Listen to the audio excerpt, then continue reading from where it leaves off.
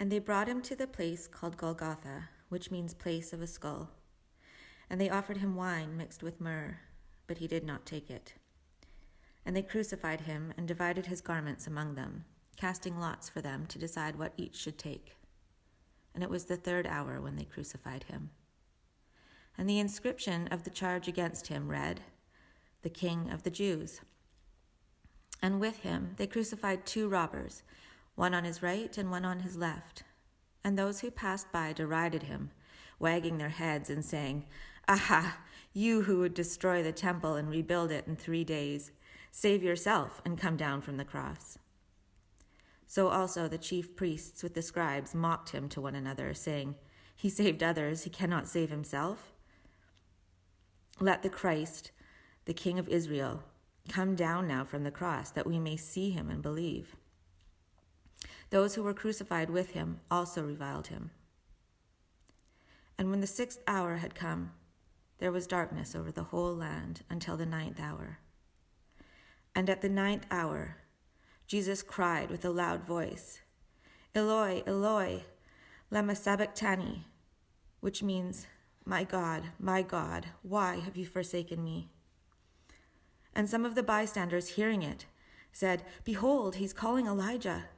And someone ran and filled a sponge with sour wine, put it on a reed, and gave it to him to drink, saying, "Wait, let us see whether Elijah will come to take him down." And Jesus uttered a loud cry and breathed his last. And the curtain of the temple was torn in 2 from top to bottom. And when the centurion who stood facing him saw that in this way he cried out and breathed his last, he said, "Truly, this man was the Son of God." This is the word of the Lord. When you think about gardening and the life of a garden, it all begins from something simple like a seed that's planted in the ground, covered over with dirt. Of course, a seed can remain unchanged in a bag for a long time, but once it's planted, covered over with soil and watered, it can then release the life inside it, which is revealed once the first green buds begin to press through the earth.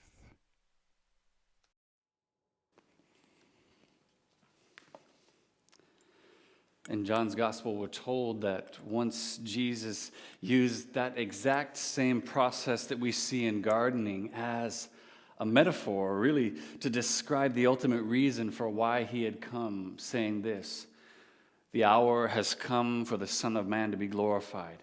Truly, truly, I say to you, unless a grain of wheat falls to the earth and dies, it remains alone. But if it dies, it bears much fruit."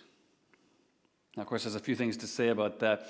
First of all, we know from sciences like botany and whatnot that seeds don't technically die when they're planted in the ground. But you know what? Being the one through whom everything in the universe was created, I'm just going to go out on a limb and say Jesus knew that. He knew that too. But if you think about it, a seed, it certainly does cease to exist in its present form when it's planted in the ground so that it can release the potential for life that's packed inside it, which I believe that's exactly what Jesus was referring to when he said that. Second thing to say is what Jesus says there about his hour having come is directly related to that teaching about a seed being planted and dying, and actually has everything to do with what Good Friday is about. And we know that because if you have any history with the church or with Christianity, you already know that Good Friday is all about remembering Jesus' death on our behalf. But what you might not have known is that all throughout his earthly ministry, Jesus had been making these strange, cryptic remarks about saying, my hour has not yet come. He would say this a number of times. And so when his storyline shifts in the Gospels and Jesus is heading toward Jerusalem to die, and he starts saying things like this, namely, my hour has come. We know there's a direct correlation between Jesus' hour having come and what we celebrate every Good Friday.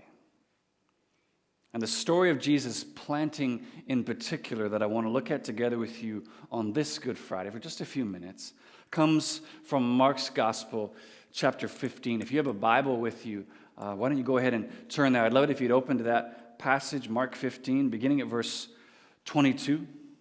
Keep it open there and follow together with me as we work through this passage together. Now, by the time we get to this point in the story, Jesus has already been betrayed by Judas. He's been abandoned by his closest friends. He's been arrested, tried in multiple different courtrooms. He's been mocked, spit, slapped. He's also had his entire back torn open by a severe flogging. So you could say, just to keep our planting analogy going, if Jesus is the seed that's been planted, the hole has already been dug, as it were, and shovelfuls of dirt have already begun to cover him. But what Mark records here now is where the crushing weight of all the dirt that finally remains covers Jesus' head and his seed breaks open. Look here at verse 22 in Mark 15 and just read what he says here. And they brought him to the place called Golgotha, that means place of a skull, and they offered him wine mixed with myrrh. This was kind of like a ancient narcotic, but he did not take it. And they crucified him and divided his garments among them, casting lots for them to decide what each should take. And it was the third hour when they crucified him. And the inscription of the charge against him read, "The King of the Jews." And with him they crucified two robbers, one on his right and one on his left. And those who passed by derided him, wagging their heads and saying, "Aha, you would destroy the temple, rebuild it in 3 days. Save yourself and come down from the cross." So the chief priests and the scribes mocked him to one another, saying, "He saved others, but he cannot save himself. Let the Christ, the King of Israel, come down from the cross, that we may see and believe." Those who were crucified with him also reviled him. Verse 33, when the 6th hour had come, there was darkness over the whole land until the 9th hour. That's from 12 until 3. At the 9th hour, Jesus cried out with a loud voice, "Eloi, Eloi, lama sabachthani," which means, my God, why have you forsaken me?" Some of the bystanders, hearing it, said, "Behold, he's calling Elijah." And someone ran and filled a sponge with sour wine and put it on a reed and gave it to him to drink, saying, "Wait, let's see whether Elijah will come and take him down." Jesus uttered a loud cry and breathed his last. And the curtain of the temple was torn in two from top to bottom. And when the centurion who stood facing him saw that this way he cried out and breathed his last, he said, "Truly this man was the Son of God." So already we're seeing really a dump truck of dirt being poured out on Jesus as he's nailed to a Roman cross, and then he has to endure all the humiliation and scorn from all those looking on as hostile observers. But what pastors and theologians have pointed out for centuries is that far beyond the physical agony, far beyond the social agony that Jesus is enduring here, the greatest, most unfathomable agony of all is Jesus being forsaken by the Father as the just judgment for the sins of the world is poured out in full strength upon Jesus. That's the meaning behind Jesus, both his cry from the cross, my God, why have you forsaken me?" in verse 34. It's also the meaning behind this supernatural event with the darkening of the sky in the middle of the day that we see in verse 33. It's meant to visually represent God's judgment descending on the earth, just similar to what we see in the book of Exodus when one of the plagues, God causes darkness to fall across the whole land and leaves Egypt in utter darkness. The only difference here is that rather than pouring out his just wrath against a sinful, rebellious nation, God's wrath is being poured out instead upon his perfectly innocent Son. And in that sense, the darkness also reveals the pitch blackness that Jesus is personally experiencing as he bears the sins of the world in his flesh. If hell is separation from God, this is where Jesus took hell for us. But as you keep reading, Mark describes two very important things that take place as a result of Jesus planting under the weight of God's just wrath against sin. Verse 38, we see the temple in the curtain is torn from top to bottom. And verse 39, we see this confession of faith from a Gentile Roman centurion. Those are the 2 points, actually, that I want to focus on in particular as we work through this passage. And so very quickly, I just want to show you two things. We're going to look at the doorway of Jesus planting, and then the devotion of Jesus planting. Just those two things, the doorway and the devotion of Jesus planting. Okay, so let's look first of all at the doorway of Jesus planting. The doorway of Jesus planting. And again, where you see that is in verse 38. Look with me there. Mark has just finished telling us that Jesus uttered this loud cry and breathed his last. And we learn from John's gospel that that last loud cry was, "It is finished." And he dies. And the first thing that happens following Jesus' death, in verse 38, we read this, "And the curtain of the temple was torn in two from top to bottom." Now, the curtain in the temple was this incredibly massive 4-inch thick curtain fashioned for the first tabernacle that's described in the book of Exodus. And its purpose was to guard, really to block the way in the inner courts of the temple between where the priests would go and the inner sanctum, the Holy of Holies, where God would cause his presence to dwell there specially. This place called the Holy of Holies, where no one could enter but the high priest. And then even him, he could only go in once a year to offer atonement for the sins of the people. And what this curtain was clearly intended to communicate was that access into the presence of a holy God for sinful people was not possible. You're not allowed in here in the same way that the cherubim and the flaming sword guarded the entrance to the Garden of Eden after Adam and Eve had been expelled because of sin. And yet the moment Jesus' death happens, we're told the curtain was torn from top to bottom, communicating now access to God's presence is now both available for all as well as who made that access possible. As we read in Hebrews 10, 19 through 20, we have confidence to enter the holy places by the blood of Jesus, by the new and living way that he opened for us through the curtain, that is, through his flesh. And what that meant at this pivotal moment in history 2,000 years ago is the exact same thing that it means for us today. It means, first of all, that in the death of Jesus, access to God has now been made available for all, that in willingly planting himself under the suffocating weight of God's just wrath and judgment against sin, Jesus opened up a doorway into the presence of God that our sin had formerly barred us from entering, just like that curtain did. Secondly, we learn that only the death of the sinless Son of God could make that access possible. Your good works couldn't gain that access. Your giving, your prayers, your tears, your pleading, your sacrifice couldn't gain that access. Think about it. Even the Pharisees, the religious leaders who were the most outwardly holy people living at that time, even they didn't have access behind the curtain.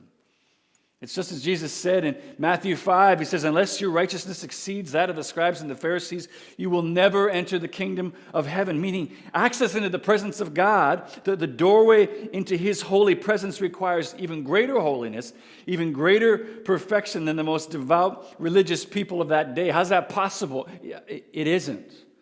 It isn't possible. Jesus' point was that access into the presence of God wasn't something we could ever earn. It wasn't something we could ever accomplish ourselves. It could only be accomplished by him, by his death. I don't know where it is that you're at presently right now in your relationship with Jesus today. Many of you who are listening to this would say probably, maybe you already know about this doorway. I know the story of the gospel. I know Jesus opened the doorway into the presence of God by his death, and yet, even if you would say that, I know that there's many who would say, for whatever reason, you're still trying to earn your way in. You're still trying to earn your way into an access to God that could only be earned by Jesus. And the way you know that that's what you're doing is if you believe that the curtain that separates us and that separates you from the presence of God is if you see it more like one of those automatic doors in a grocery store that just opens and shuts as you get closer and further from it. So you see, like when I'm pleasing God, when I'm reading my Bible all the time, I'm praying and listening to Praise 106.5 on the radio, the doorway to God's remains open. The access to him is open. But if I miss my quiet time that day, if I happen to swear at the guy who took my parking spot, whatever it is, all of a sudden the access is shut. The doorway slides closed. Listen, The hope of Good Friday for you and for me today, despite all of its sadness, is that in planting himself under the weight of our sin and giving his life, Jesus has opened that doorway into God's presence for all time. And it was opened for all time by his obedience, not yours, not mine. He's the one that opens that access to God's presence. And as long as his obedience remains perfect, access to God's presence remains open. As the well-known hymn writer stated so well, not the labor of my hands could fulfill thy law's demands. Could my zeal no respite know? Could my tears forever flow? All for sin could not atone. Thou must save, and thou alone. Okay, so that's the doorway of Jesus planting. The last thing I want to look together with you at quickly here is the devotion of Jesus planting. The devotion of Jesus planting. And what I mean by that is the heart's response of faith, the heart response of trust in who Jesus is that was created instantaneously in the moment of Jesus' death. Look at verse 39. Mark writes this, "And when the centurion who stood facing him saw that in this way he cried out and breathed his last, he said, 'Truly this man was the Son of God.'" There's a number of things going on there, but just two that I want to highlight in particular. First of all, one question we might ask ourselves is, why a centurion? Why is a commander of over 100 soldiers standing guard over Jesus' execution, a task that could have easily been accomplished by a few trained soldiers? Why? Well, I think one answer to that is, given the uproar over Jesus earlier that morning in his public trial, I think Pilate was likely just worried that emotional furor might spill over into Jesus' execution. Massive crowd control might be needed, so he brings in the big guns here. But I wonder if another reason why a centurion would be there wasn't due to his familiarity with death and warfare. That he could be trusted to both carry out this high-profile execution as well as to reliably ensure that it was successful. No further problems are going to develop after this. Secondly, though, because, of course, the centurion's confession of faith, that's the main thing here. But the other thing to consider first is what we're told brings it about. What brings the centurion's confession of faith about? For what we see is that it was not his knowledge of Jesus' teaching. It wasn't some voice from heaven calling down that elicits this newborn devotion in Jesus from the centurion, but the way in which he cried out and breathed his last. That's what does it. That is, it was the way Jesus died that created faith in him, created devotion to Jesus in him. What could that mean? Well, it's fictional, but there's an author I love, Walter Wangerin, who wrote a series of reflections on the death of Jesus from the perspective of the different witnesses in the story. Listen to this section of his book, told from the centurion's perspective, and see if it doesn't help us understand how the way Jesus died brought about immediate devotion to this Gentile Roman soldier. Listen.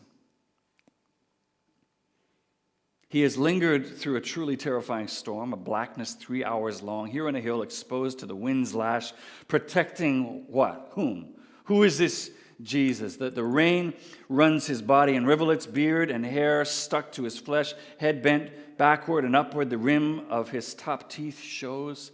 Where his companions had begun shivering and crying in the cold, till now he has held his peace. One curses, one weeps, common responses. The man in the middle flares his nostrils and groans. Then just in the last minutes, he breathed deeply, he swelled his chest and bellowed a hoarse word, Eloi, Eloi, something I can't translate. But this finally is what the centurion expects. Right now, about 6 hours into the torment, even the best begin to break. Okay then, so this Jesus of Nazareth, he's not different from anyone else who... What was that? A loud shout? Phone Megali. Again, we know from John's gospel that loud shout was, "It is finished." What? What? No, this is not at all what the centurion expects. It's a cry he's heard before, to be sure, but never in defeat, and never in death, always when a soldier has won the battle or the king the war. This was a cry of triumph. Centurion whirls around to see Jesus, his eyes like fiery darts in the darkness. He sees a mouth thin, as thin as the blade of the sword, grinning. Victorious. King of the Jews, victorious over what? What do these flaming eyes announce? Satan, thou art defeated in my defeat. Sin dispossessed of a people. Death, look about thee, thou art not mighty and dreadful. Lo, I close my eyes and die, and death shall be no more. And then suddenly he dies. The centurion's jaw drops. He stares, but he's seen it all before. He knows the signs. Jesus is dead. There's no coma, no deeper sleep than another sleep. All at once the eyes see nothing, the mind thinks nothing, the heart has ceased to beat. But suddenly, that's what rivets the centurion. It's as if this man chose to go fully conscious straight to the wall of death and there to strike it with all his might, and in the striking, die aware of absolutely everything. See to it, centurion. That's what Pilate had said. I'll see to it all, sir. No, not all. One thing astounds the centurion. How can a crucified criminal act so convincingly like the victor? You see it? The reason the way Jesus died creates devotion in the centurion is because as a seasoned commander of hundreds of military victories, he's actually the most qualified person in the world at that moment to actually understand what Jesus is accomplishing in his planting. Even if he didn't understand almost any of the implications of it, he understands this is a victory, even if he doesn't know a victory over what. And most incredibly at all, actually, scholars tell us, verse 39 here of Mark 15 is actually the pinnacle of Mark's gospel. Why? Because Mark begins his gospel writing the beginning of the gospel of Jesus Christ, the Son of God. And this Roman centurion is actually the very first person to confess that. Which means, I suppose you could say that as Jesus is planted and opens the doorway into the presence of God, it creates an instantaneous heart change in the centurion, and he becomes the very first person to walk through it, becoming the first green seedling already pushing through the ground from Jesus' planting. I think that's exactly what the hymn writer Isaac Watts had in mind when he wrote the hymn, "When I survey the wondrous cross on which the Prince of Glory died, my richest gain I count as loss and pour contempt on all my pride." It means there's something about the death of Jesus that doesn't just open up access into the presence of God. When we're given eyes to see the death of Jesus for what it is, a victory, as well as that who it is that's dying for us, the Son of God, it creates in us a heart of devotion that wants to enter through the doorway that He's now made open. It was in John 10, Jesus says famously, one of His I am statements says, "I am the door. If anyone enters by me, he will be saved and will go in and find pasture," which means Jesus' planting provides both access for us into God's presence to begin with, but it also provides free, unlimited access from that day forward. And the only question I want to ask you as you think about that this morning is to consider this. Are you making use of that access? Is your heart stirred again and again to devotion when you consider the cost that free, unlimited access you have to God, what was made, how much it cost, as well as who it was that paid the cost for you? Is your heart stirred again to devotion as you see the perfect, spotless Son of God crucified on your behalf in order to make that access open to God? Is your heart stirred with devotion? These incredible truths that we read about all the time, especially around Easter, that they're always in danger of becoming too familiar to us, and as a result, becoming far too infrequently used. May our gazing, may our focus on the wondrous cross today stir affections, stir devotion in your heart once again, and stir it to a confession of faith once again in the Son of God, who willingly planted himself in order to inspire our heart's devotion again and again, each time we gaze and focus on his cross again.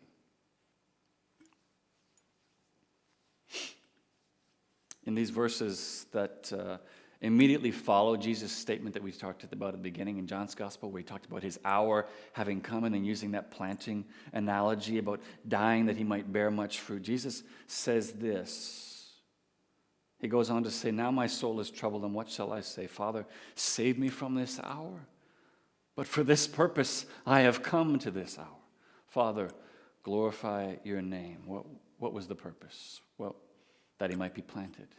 That as that grain of wheat, he might descend to the earth and die so that he might bear much fruit. That he might be covered under the dark judgment of God's wrath against sin, so that we might go free and we might have light to see and believe. But here's the thing. We must never ever forget that Jesus' planting does not only create a doorway of access along with devotion of heart for the one who puts their faith in him. Jesus' planting also creates a death to self, a death to pride, a death to all the ways of how you used to interact with God and with his world. As Jesus says elsewhere, Matthew 16, if anyone would come after me, if anyone is planted along with me and has received my access into the presence of God and devotion to him, let him deny himself. Take up his cross and follow me. For whoever would save his life will lose it, but whoever loses his life for my sake will find it. Or as Paul says, famously, Galatians 2:20, I have been crucified with Christ. I've received that death. That's part of his planting. It is no longer I who live, Paul says, but Christ who lives in me. And the life I now live in the flesh, I live by faith in the Son of God who loved me and gave himself for me. So what about you? Has the death of Jesus become your death? Have you received the free offering of his death in your place? If that's where you're at right now, I pray that in hearing this, in gazing on the cross yourself, you might have devotion stirred in your own heart in order to walk through that access that was made available by Jesus. If you'd say that you have, if you'd say, no, I have walked through and made use of that access, I do have devotion to Jesus, my question for you is, what patterns of thinking, what practices of habit still need to be put to death in your life today if you've been planted with Jesus? How will this dedicated time today, Good Friday, focusing on Jesus planting, bear even more fruit in your life? And how will it prepare your heart all the more profoundly for what we're going to celebrate just a few days from now, in the joyful hope that even death itself cannot keep its hold on Jesus, and because he was victorious over death, neither can it keep its hold on us. This is what Good Friday is meant to be for God's church, for the gathering of his people, the continued bearing of fruit in the lives of all who've been granted access into God's presence by his death. As we continually return to focusing on his cross, to gazing on his wondrous cross. The planting he first submitted himself to on a hill called Golgotha, that as we gaze on that, it might create more and more fruit, more and more devotion, more and more regular access into his presence. May it be so for each and every one of us today. Amen.